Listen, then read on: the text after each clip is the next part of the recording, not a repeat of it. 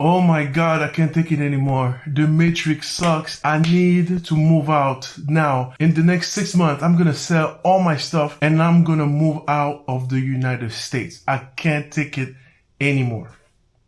This is what you hear more and more every year. And the number of Americans leaving the United States for new life overseas is increasing. People complain about the US daily until they lose actually what America does so well. So in this video, I want to discuss some of the things you must be thinking about before you decide to leave the United States of America for a new life overseas. So let's get into it. Number one is customer service. Guys, I had a chance to travel to many countries in various continents around the globe. And one thing that I would say you miss is the customer service. America, in my experience, has the best customer service in the globe. And that is something you feel when you move to another country. That is something that you experience even when you travel, when you go on vacation, when you go to a restaurant, when you go deal with a bank, when you deal with cashiers at the grocery stores. Very quickly, you realize the difference between the United States and many other countries. In places like Europe, when they even scan your stuff, the cashier is sitting down, which is great because they are working long shifts. They sit down, scanning your gear, and then they just leave it there and put the bag over there. You're on your own. You have to bag it up. These are little things. Also, when you call on the phone, the customer service that a lot of companies have when they work for an American company is amazing. They make sure that they answer you as quickly as they can. They take care of your concerns. If you write even bad reviews, it's not uncommon for them to reach out to you trying to figure out how they can make things better. The customer is king. The customer is always right. That is something that is known in the United States. That's a common saying. In many countries around the world, that is not the case. You are a customer, but nobody really cares. You can walk around the store, even in France, in many places in Europe, and nobody cares to ask you if you need assistance, if they can help you. It's just not the same thing. So when you leave the US and you move to a foreign country, the difference is stark. And it's a frustrating thing to go through. So I always tell people when traveling overseas, make sure you pack your patience because you're going to need it. Simple things like getting a check when you're done eating. In many places, you just sit there, you can wait for a while for the service and for them to come and collect the money after they give you the check. It's very frustrating. That is something you experience in various countries around the world. When it comes to insurance, you can deal with just about everything on the computer. We almost take it for granted. You can get on the phone, 1-800, whatever. You can sign up for your Geico. You can do whatever, make your changes quickly, and it's done. You don't have to go to a physical place. I was in a country recently where my driver needed to update his insurance for his vehicle. And I told him, can he just make a call? And he told me, no, they don't handle such things on the phone. You have to physically be there and handle those things. So I went with him and we sat down. Guys, it was well over 3 hours that we sat there. We walked in, we were told to sit down. I was getting so frustrated. Eventually I told him, I can't believe we're sitting here 3 hours for something like a policy change that you can handle over the phone. You can be in Maryland and you call and somebody in California answers or someone in Texas. The way America is set up, you always have someone that can help you out and they don't necessarily have to be even in the same states. But that is something that we take for granted too. It is not like that in many other countries. You have to physically show up and you have to deal with a person right there. The administrative process is slower, it is frustrating, and it drives you absolutely crazy when you have to deal with that on a daily basis. When it comes to dealing with banks, most of the things that we do in the US, most of our transactions are done online these days. Very rarely do you need to go into a physical bank. A lot of banks are closed down in my area back in the US. A lot of the banks are closing. The need for in-person service is going away and so much faster, so much more efficient because you can handle most of those things on those apps. The US is ahead compared to many other countries. They're not set up like that. It's slower. It takes time. When it comes to delivery, there are many countries with a delivery service, but not every country has Amazon. Guys, I don't know about you, but I need my Amazon. Sometimes I don't want to go to the store and I can just click 1, 2. I get most of what I want. And besides that, the US is blessed in the sense that people come from all over the world. So with that, we have a huge diversity when it comes to the food that we have access to, when it comes to the products that we get to consume. You don't have to go to Italy to have access to Italian food, to Italian ingredients. I was coming back from Portugal one time and I wanted to eat a pastel de nata. It's a pastry that I fell in love with. Within 2 clicks on the computer, I was able to locate a store in my area that had it, and I was able to go pick it up. The US is blessed. We have just about any type of food that you can imagine. America has that. So you can feel like Mexican today and Chinese tomorrow. You're going to go and pick up that food. You're going to go to that restaurant and have yourself a delicious meal. That is something we take for granted. Not every country has that. There are places where you don't have access to simple things. And even when you do have access to that, it's not the same quality. Yeah, you can have access to Amazon, but like I said, many countries don't have that. And sometimes it costs more. Most of us in the US now, we are accustomed to that Amazon service that also comes with music, and it's just a great service. So you miss that when you're overseas. Sometimes your friends will call you and be like, please, can you please ship me this? Because they don't have it. We take it for granted when we live in the US because it's there, it's easily available. But we forget that, hey, you're going to lose that if you move to certain type of countries. Delivery services, when you get the wrong item shipped, double click, request a refund, say your product was not delivered, they will send you another one. They will refund your money quickly. In America, people expect the system to work. Overseas, you are a customer, but nobody cares. The second point I want to talk about is safety. Now I know, America has its own share of crime issues. And there's certain areas that for sure we cannot say that we don't have safety issues. But that's not the safety that I'm talking about. I'm talking about institutional safety. You may move somewhere cheaper and more peaceful and discover that police corruption exists. Bribes happen. You can be targeted as a foreigner. Reporting crime may lead to nowhere, and the rules are enforced inconsistently. Guys, we can see this in the case of Colombia, where a lot of travelers have been unalived, and often it feels like just reporting it to the police, people don't care. You are the stupid gringo who went over there, and whatever happened to you, so be it. The locals don't care and the cops don't care. You are more exposed. There's almost this feeling that being a foreigner, you have a target on your back, that people are constantly trying to overcharge you for things, trying to take advantage of you, and at times, even try to unalive you. You can say whatever you want about American police officers. Most of them will not take a bribe. Cops are well paid, and they are not going to jeopardize their career because you can give them $10 or $20. That's not going to happen. But overseas, in many countries, you can get away with just about anything. Somebody can put a price on you and you get unalived and the police won't do anything about it. Or somebody can be drinking and driving, gets pulled over, and he can just give some money to the police officer and he can carry on. And that's no problem. You get into a crash with this person who shouldn't be on the road. The police in the United States, for the most part, can be trusted. You know that they're going to do their job. You know that they're not going to take bribes. You know what I'm saying? And you don't feel like you have a target on your back. So there's a feeling that, again, we take that for granted. It's easy to criticize American cops until you move to another country. And then you realize that, wait a second, actually it's not so bad. People often travel and think the protections that they have in the US is the same protections that they will have overseas. No, you don't need a reason to stop you. Guys, I was walking down the street in Cartagena, Colombia one time, and I was stopped for absolutely no reason. I wasn't jaywalking, nothing. I was just standing there. They stopped me and they started searching me. They put their hands in my pocket. They opened my wallet. You know what I mean? They took money from me. I got a shakedown in the middle of the city in broad daylight by 2 police officers.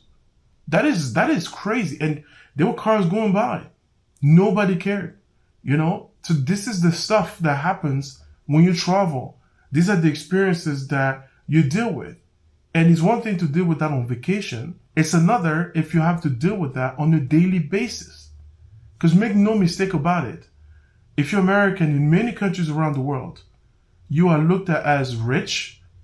And sometimes because of the political tension, people may not like you. And hurting you will be at a great pleasure for them. So it's easy to be taken advantage of. and it's very easy to be targeted.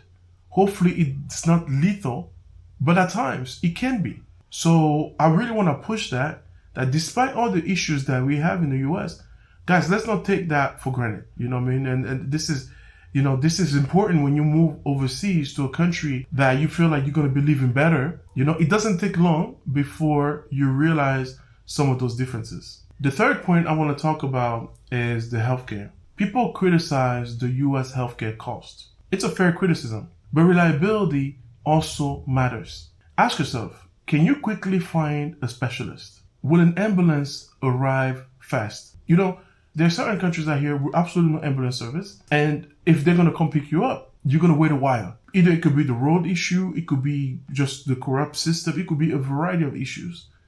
You may not get that quick access. These aren't problems you're going to deal with rich countries in Europe, right? But let's face it, most people don't leave the United States to go to another expensive country. Most people, when they leave the United States long term, they're thinking about moving to a developing country or a country that's much cheaper. And with cheaper, you're going to deal with more issues, right? You talk about a first world country, the United States, you compare it to, a developing nation, you're going to deal with some challenges. And these are some of the problems you're going to encounter. Yes, some countries have amazing healthcare, but many don't. And when you're sick abroad, being homesick hits different. Hopefully you have a support system of friends. But again, depending on the country you're in, sometimes, it's harder to make friends too. You might not have anybody by your side if you have a medical emergency. That's something else, to think about. Number 4, let's talk about money.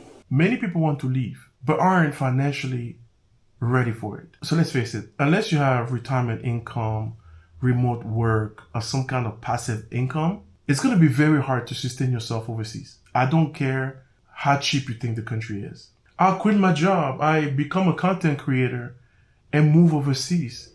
That is a dream that many people have. But guys, content creation is crowded. I think you guys maybe have noticed a lot of content creators are complaining right now about the lack of views. Hopefully things get better, for those of us who do create content, but it may not. Because more and more people are doing the same thing. So there's only 24 hours in a day. The space is somewhat saturated. So you get less exposure. Less exposure means less views. Less views means less money. So that's one thing to keep in mind. You don't have that consistent income. Some people think YouTubers are making all of this money. Many YouTubers do, but many don't. With a saturated space, guys, content creation is not really something you can be relying on in 2026. It's a completely different world than it was even 10, 20 years ago. There's more content creators, there's more videos getting pumped on the internet every day, less exposure, less money.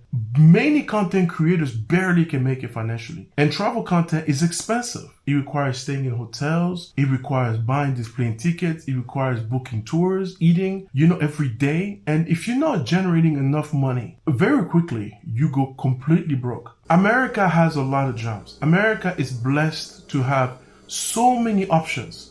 Even with just your car, you can do some jobs where you just do delivery. Different type of deliveries. It could be medical deliveries. It could be food deliveries. You can drive a truck from coast to coast.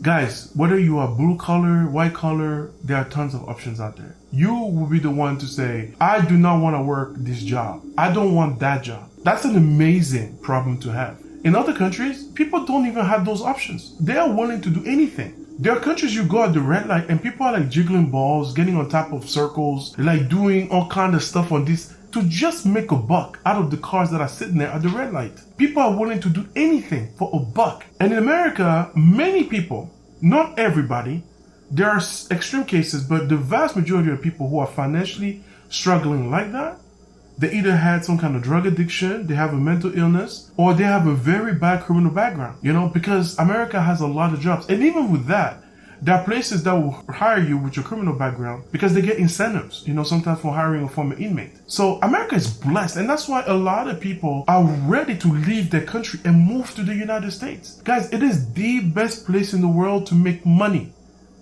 And that's what makes you enjoy the countries that you want to move to, is because you are able to generate those dollars. People are dreaming about it. Many people don't have those opportunities. They stay with their parents for a long time. They get married, they still stay with their family members. They don't have an opportunity or even enough money to buy, a house, to buy an apartment, to buy a car, anything. People struggle. It's a reality. You look at how much people, you see how many hours people are working. I was talking to a friend of mine and he was telling me in some countries, like he was telling me in Brazil, people work full time. They get like $300 a month average. Now, I know the cost of living is lower in Brazil, but again, it's not enough money. So sometimes, men or women have to do other things that they don't necessarily like, to make money. So in America, people have first world problems. They complain about, oh, if this person gets elected, I'm going to move out of the country. You hear that from celebrities. We also hear that from many regular people. Now, celebrities, rich people, they have the money to actually move if they want to. But people who quit their job, just become a content creator in the hope that somehow it's going to work. I hope it does. I really hope it does. But I know personally that it doesn't work for everybody. And at that point, you have the shame to maybe return home because people can make fun of you or whatever. I do content creation. I enjoy it, but I'm glad, guys, that I'm doing this part-time. I'm glad that this is not something that I get to rely on because bills don't get to wait, whether you're going to get paid or not. Bills need to get paid every month, right? And with YouTube, things go up and come down. Not every time you post something is going to work. You can have a really bad month, and then what do? And the worst thing you can be is broke overseas. It's one thing to be broke in the US. Being broke overseas, I can't even imagine, what it's like to be in a country that is not yours. You're there as a foreigner and then you are begging for money. That is a feeling. You may not even have enough money to fly back home. Guys, these are real situations I'm talking about. This is real people that I know that are going through that right now as we speak. But the whole idea was, let me get out the United States. It's like some kind of trends nowadays. I just need to get out the matrix. Hey, if you work remote and you have all the money you need and all your ducks in a row, you've done your research, by all means, do that. But that's not always what ends up happening. People move and then they just realize, wait a second, I didn't know this was going to be like that. I didn't know this was going to be like this. Because when you go on vacation somewhere and when you live in that place, it's two complete different experiences. You can enjoy a place because you're simply there on vacation and then you move there and you realize, wait a second, this is actually not that cool.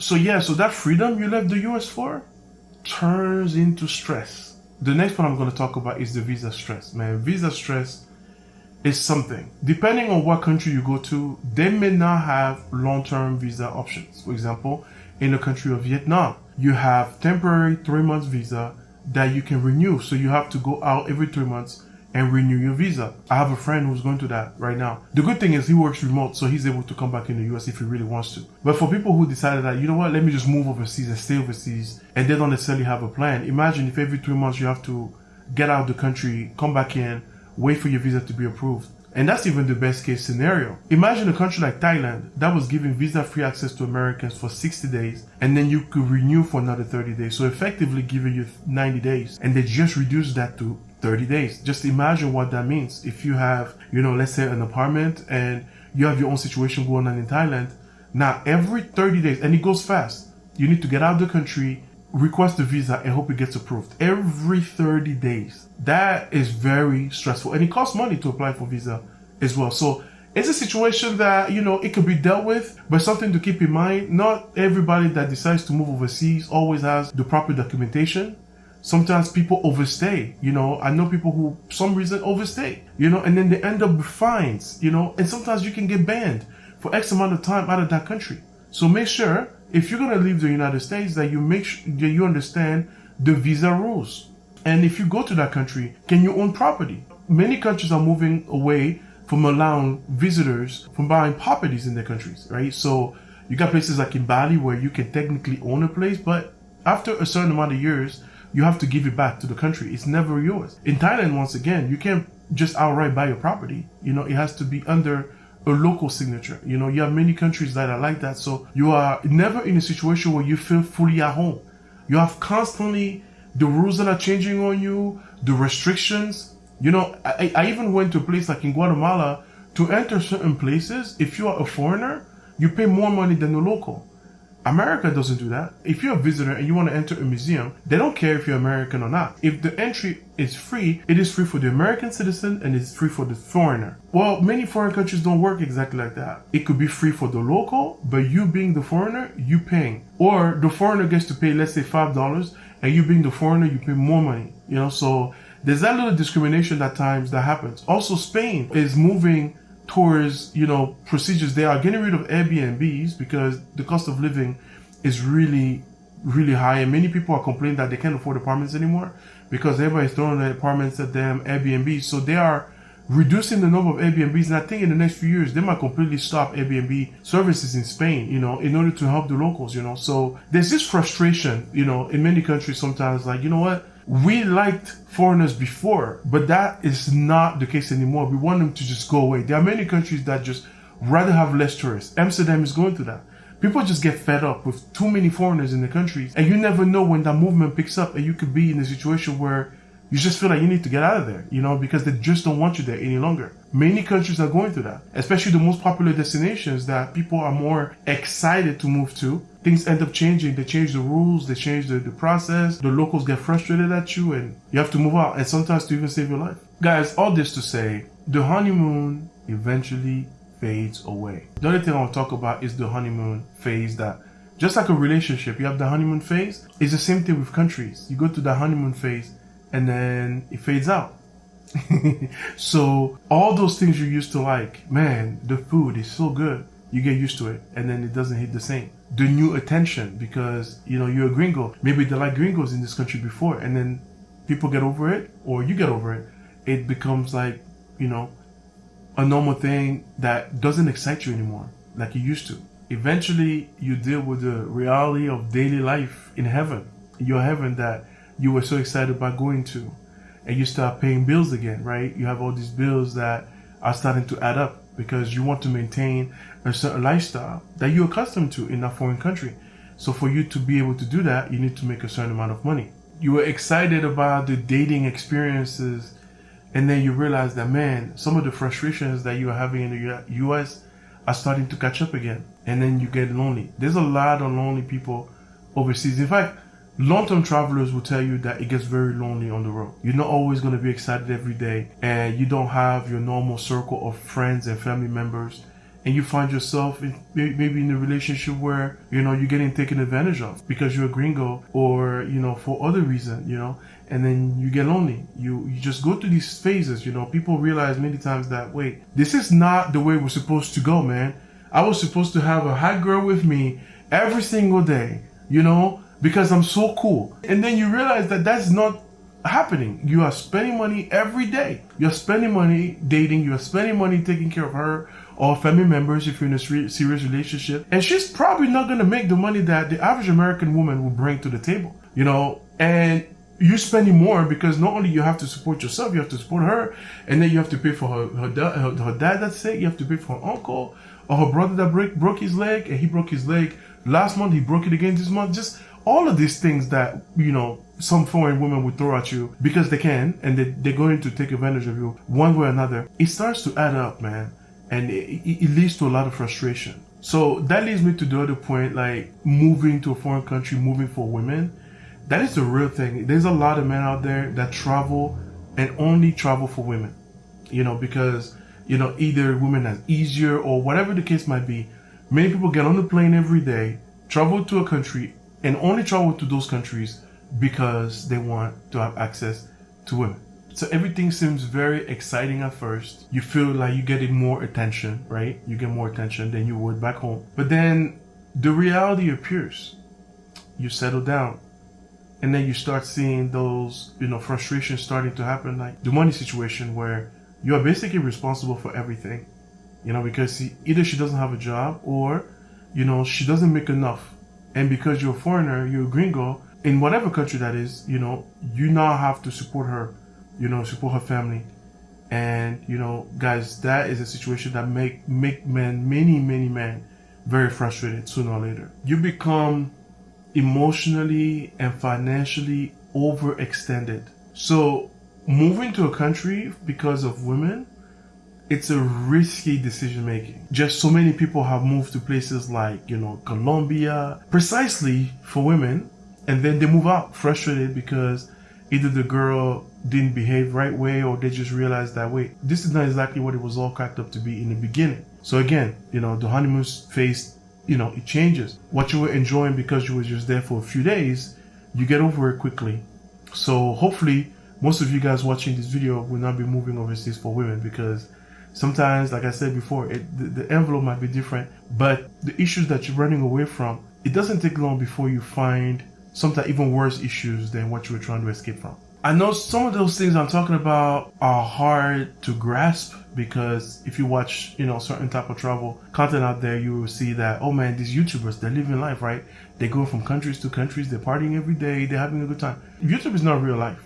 These are highlights that people choose to show you. It's almost like Instagram, where everybody always seems to be happy on Instagram, right? Everybody's beautiful, smiling, always having fancy dinners, having a great time. And you're like, man, I want to live like this. It's the same thing for YouTube. You turn off the camera and you spend time with some of these people, and you realize very quickly, like, well, they're not that happy. They sometimes hiding frustration, financial stress, emotional, whatever issues that they're going through. YouTube, don't watch a video and assume that, this is the life that if you choose to do content creation, you're going to be living. It's again, not every YouTuber is like this. Some YouTubers are really successful out there, and shout out to them who are. But again, the vast majority of content creators aren't, very successful. So hopefully, if you want to live this lifestyle of traveling constantly, making content, and be financially stable, that you have another stream of income, and that YouTube does not become your sole source of income, because it's just not consistent income, and it's frustrating. You might be in a situation where, like, you just don't make what you need to survive. I don't care how cheap the country is, things add up every day. You have to spend money somehow every day. You gotta eat, you gotta pay where you're staying. Those things add up, So guys, don't look at YouTube videos and think, oh yeah, life is all great. This country is like that, this country is like this. No. If you're interested about living in a country, don't just watch a video about it. Get on the plane, go visit that place yourself, and make sure that country gives you that feeling and emotion and sensation that you were getting by watching that video. Because the reality sometimes is a little bit different than what you see on videos. A 15-minute vlog is not going to teach you everything you need to know about a country. You need to travel there. You need to do your research. You need to check out the visa rules. You need to talk to actual expats who live in that country, have been to that country for a long time.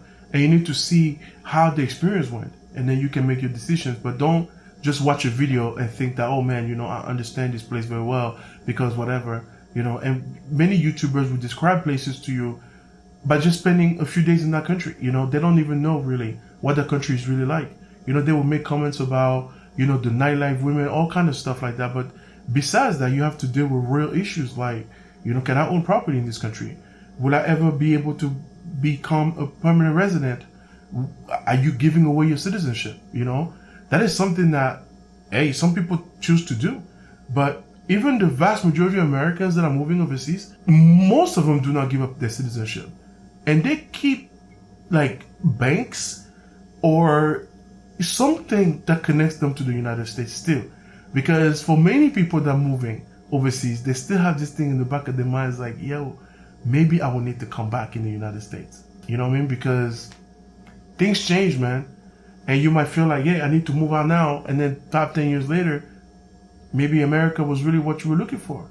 And you get to come back to the great country called the United States. Cultural shock is a real thing that you will deal with, not just initially when you arrive in that country, but it can hit you even 5-10 years later. There are certain behaviors that as an American you may not be used to, and then you start dating, and then you see the woman or whoever you're dating doing things that you're not accustomed to at all, and it shocks you, right? Maybe you propose and they tell you have to do this and that, and do it, whatever. It could be anything, It might take years for you to feel that major cultural shock that might make you change your mind about a country. You know what I'm saying? So this is a constant challenge when you move to a foreign land, is the cultural shock. It never stops. So you got the American efficiency, the familiar food, your families and friends, the English speaking conveniences, unless of course you're going to be learning the language, But you won't believe how many people live in a foreign country and actually don't speak a word of that language, which is, kind of strange, because if you're going to be somewhere, I mean, the least you can do is learn the language, but many people don't. We have the same issue in the US, people living in the US for years and they don't speak a lick of English, like your life will only get better if you speak the local language. You have to learn. So guys, don't forget, when you move overseas, you still bring yourself with you. Moving overseas doesn't magically solve depression, lack of discipline, money problems, relationship patterns, and purpose issues. If you like to drink every night, you're going to be drinking every night overseas, so you're going to run out of money. If you have issues dating, don't think dating a foreign woman will just magically solve everything. Sometimes the problem could be you, and you're going to bring those issues overseas. People think they want to escape America, but realize many times what they're trying to escape is really themselves. Changing scenery doesn't necessarily create a different life. So no, the grass isn't always greener on the other side. Traveling is beautiful. Traveling is great. Traveling is extremely exciting. Traveling is something I highly recommend. But don't confuse vacation feeling with permanent life decision. You got to go to that country, test the countries, build your money, make sure you're financially stable, and have a backup plan in case things don't work out. Because you may have to change your mind when you're on the road. Planning something, you execute it is great, but if it doesn't work out, what do? You need to have a backup plan. Because what you don't want is moving overseas without a plan, because quickly it can turn your dream into a nightmare and you get straight into survival mode. So all this to say, everybody's reality is different. Of course, there are many reasons why people move overseas, but hopefully you get a couple of points out of this video. And if you decide to choose to move overseas, you do a tremendous amount of research. You know the law, the rules. You go to that country for a while, you test it out, and you do all of these things before you make a major jump into living your life in the United States and moving abroad. Many people come back to the US after many years. Some people don't, many people don't, but many do as well. So you don't know in what category you will be until you actually make that leap. So make sure you do a tremendous amount of research and that you are prepared for things if they don't work out. So anyways, guys, let me know what you think about this conversation. What's your experience like as an expat, or are you thinking about moving overseas? If so, why? Let me know in the comments below. Hope you enjoyed the video. If that's the case, kindly hit that like button, subscribe, and I'll see you on the next one. Peace out.